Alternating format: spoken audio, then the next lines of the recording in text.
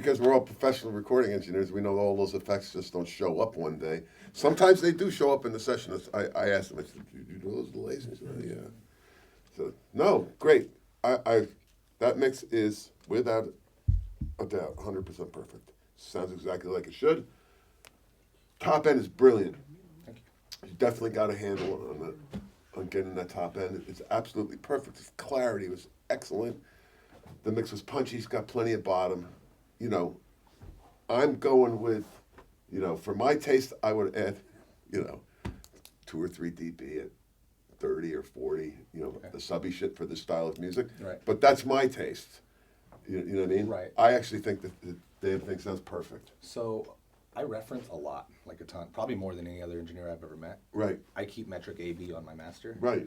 And Mariah Carey, that's why the bottom end sounds the way it sounds, right? Yeah. Because I'm like back and forth, like how's their bass sound to mine? And they use a lot of high end and Mariah's stuff, so. No, your top end is perfect. Yeah, so I'm always Again, trying to match that.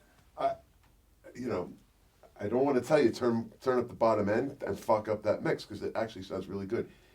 And the place in which you're adding the bottom end will make that mix translate everywhere.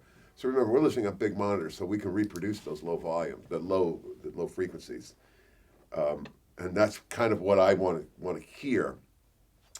But not everybody's listening on that; they're listening through their iPhones, and the way you have it EQ'd, all that 808 bass drum and all, you know, the sine wave bass, that's all going to translate over those things, Plus, which I'm a is DJ, important. right?